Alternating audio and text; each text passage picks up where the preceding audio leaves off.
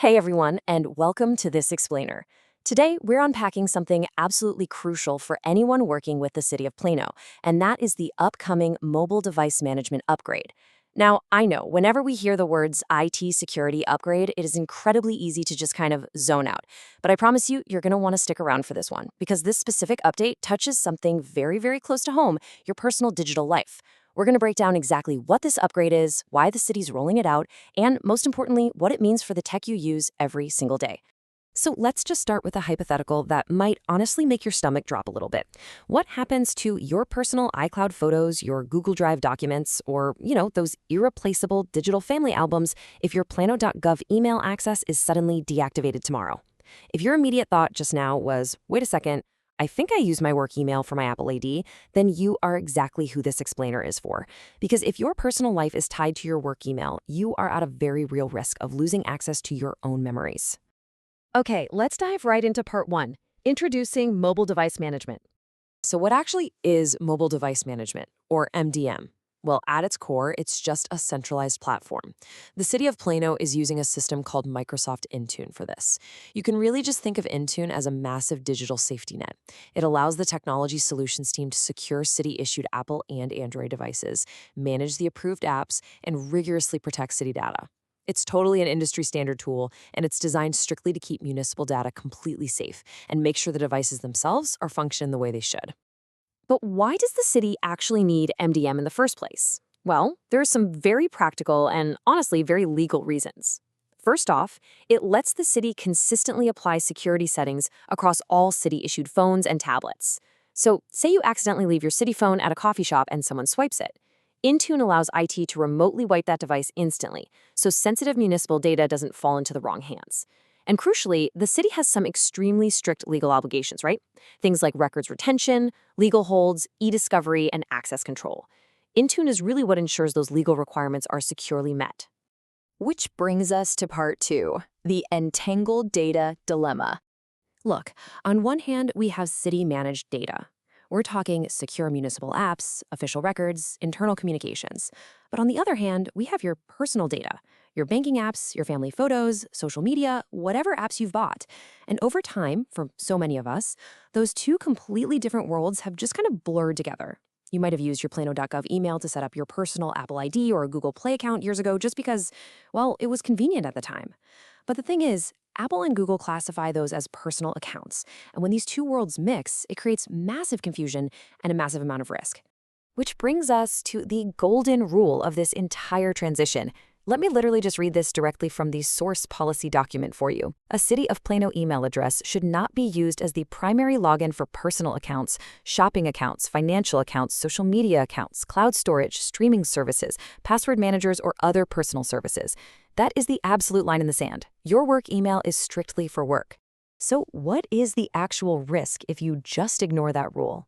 It's simple, but it's severe. Losing access to your personal life. Think about it. If your personal accounts are tied to a plano.gov address and you change roles or you leave the city or even just get a replacement device and your access to that specific plano.gov account gets turned off, any personal account relying on that email for a password reset or a login is suddenly locked out. You could permanently lose access to your personal life just because it was tethered to a city asset. No way around it. Let's move on to part three, protecting your personal accounts. The sheer volume of personal apps that people mistakenly tie to their work email is honestly staggering. We're talking about your Apple ID or iCloud backups, which means all your personal photos and contacts are instantly at risk. What about your banking, credit card, or even insurance apps? Imagine missing the highly anticipated season finale of your favorite show because your Netflix password reset goes to a work email you literally can't open anymore. From password managers to your social media, all of these are at severe risk if they rely on your city email address. Oh, and there is a hidden trap here too, authenticators. Even if your main login uses a personal email, where do your multi-factor authentication codes actually go? If you use Microsoft Authenticator, Google Authenticator, Duo, Okta Verify for your personal bank account, and that Authenticator app is tied to your plano.gov email, you have a major problem. The exact same goes for text message verification methods or password recovery. You absolutely must ensure that password recovery links are going to your personal Gmail or Yahoo account and not to the city's server. Now, depending on what kind of city-issued device you actually use, the technical rollout is going to look just a little bit different. For the Apple users out there, Technology Solutions is going to move city-owned iPhones and iPads to what's called Managed Apple IDs through Apple Business Manager. Basically, this prevents any new personal Apple IDs from ever being created with a plano.gov address. For the Android users, the city will use Intune directly to manage those devices and approved apps. But listen, the rule remains exactly the same for both. Whether you are Team Apple or Team Android, you must avoid using your plano.gov address for any personal Google accounts, Apple accounts, or personal services, period. I want to pause right here and address a very, very common anxiety. When people hear the phrase mobile device management, they sometimes instantly panic about a Big Brother scenario. Let me be perfectly clear, right from the source material. The city is not taking ownership of your personal accounts or your personally owned devices. If you use your own personal phone, the city isn't touching it. This whole project is strictly about separating access on city-issued devices. By asking you to move personal accounts to a personal email, the city is actually helping you build a wall to protect your own privacy and your own information. All right, let's wrap things up with part 4, your next action steps. So how is this actually rolling out in the real world? First, the Technology Solutions team validates all the mobile device settings and Intune requirements. Basically, they do all the heavy technical lifting behind the scenes. Next, management and staff will receive clear instructions and reminders, and hey, this explainer is actually part of getting you ready. Then comes step 3, and this is where you come in. Staff must review and update their personal accounts. Finally, the city-issued mobile devices will be officially enrolled in Intune.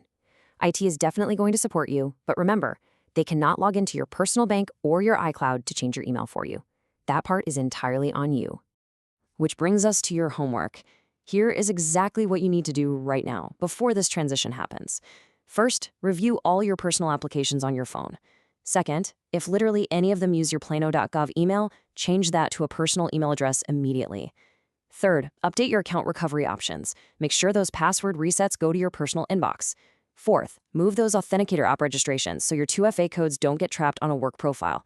Fifth, confirm your backup phone numbers. And lastly, ensure all your personal photos and files are backed up to a personal cloud account and not the city's. As we wrap up, I really want to leave you with this summary. This mobile device management project is a total win-win. By centralizing device management with Intune, it hugely strengthens the city's ability to protect sensitive data and meet its legal responsibilities. But just as importantly, it is the perfect opportunity for you to audit your own digital life. By untangling your personal accounts from your work email, you completely avoid the catastrophic loss of your personal photos, your finances, and your access if your city role ever changes. Protect city data, protect your personal life. I want to leave you with this one final provocative question. Have you checked your personal app settings today? Please, don't wait until you're completely locked out of an account to suddenly realize it was tied to your work email. Pick up your phone right now. Check your Apple ID, check your Google Play, check your banking app, and make absolutely sure your personal life truly belongs to you. Thank you so much for joining me for this explainer, and good luck untangling your digital life.